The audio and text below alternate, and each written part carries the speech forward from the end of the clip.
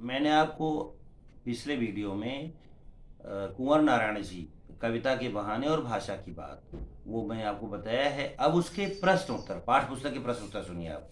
पहला प्रश्न है, इस कविता के बहाने बताएं कि सब घर एक कर देने के माने क्या है।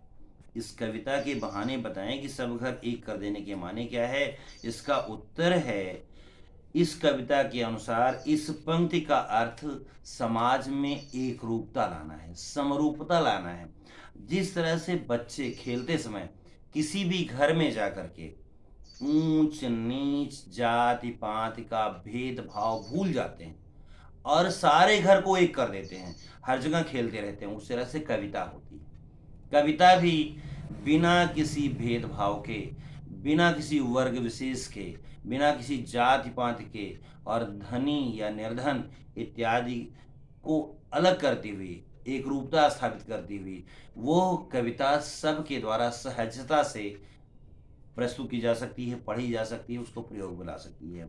तो इस तरह से कविता और बच्चे दोनों जो है समाज में समता और एकता स्थापित करते हैं। प्रश्न नंबर 2। प्रश्न नंबर 2 है, उड़ने और खिलने का कविता से क्या संबंध बनता है। उड़ने और खिलने का कविता से क्या संबंध बनता है। तो कविता के संबंध में उड़ने का अर्थ है, जब चिड़िया उड़ती है तो उसकी एक सीमा होती है और एक सीमा पर जाकर थक जाती है और वापस धरती पर आ जाती है, अथवा अपने घोंसले में आ जाती है।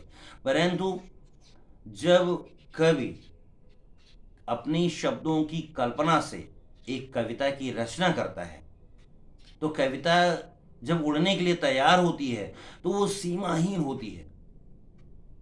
वो जो है रामचरितमानस की चौपाई अगर देखा जाए तो अगर हिंदुस्तानी भारत में वहाँ पढ़ा है, अमेरिका में वहाँ पढ़ा है, तो इस तरह से गाने हैं वो इस देश से उस देश में भी उसी तरह से पसंद किए जाते हैं। बहुत सारे गीत हैं जो कि हिंदुस्तान के गीत पाकिस्तान में भी बहुत अच्छे पसंद किए जाते हैं, वहाँ के गीत यहाँ पर बहुत पसंद किए जाते हैं। तो सीमाहीन होती है कविता की उड़ान, सीमाहीन होती है और पक्षी की उड़ान एक सीमा में होती है। इसी तरह से खिलने का अर्थ, फूल के खिलने की अवधि है। फूल क्या करता है, वो खिलता है, एक दिन में मुरझा जाता है। कुछ फूल होते हैं 2 दिन 4 दिन 6 दिन चलते हैं, लेकिन उनका मुरझाना निश्चित है। वो जिस क्यारी में रहते हैं, जिस घर में रहते हैं, जिस गमले में रहते हैं, वहाँ अपनी खुशबू 1 दिन बिखेरते हैं, 2 दिन बिखेरते हैं, परंतु मुरझा जाना निश्चित है। लेकिन जब कविता खिलती है, कविता बन जाती है, खिल जाती है, तो कभी मुरझाती नहीं है। वो सदियों अपनी खुशबू बिखेरती रहती है और पीढ़ी दर पीढ़ी सीमाहीन होकर के वो सबको उसी तरह से आनंदित करती रहती है।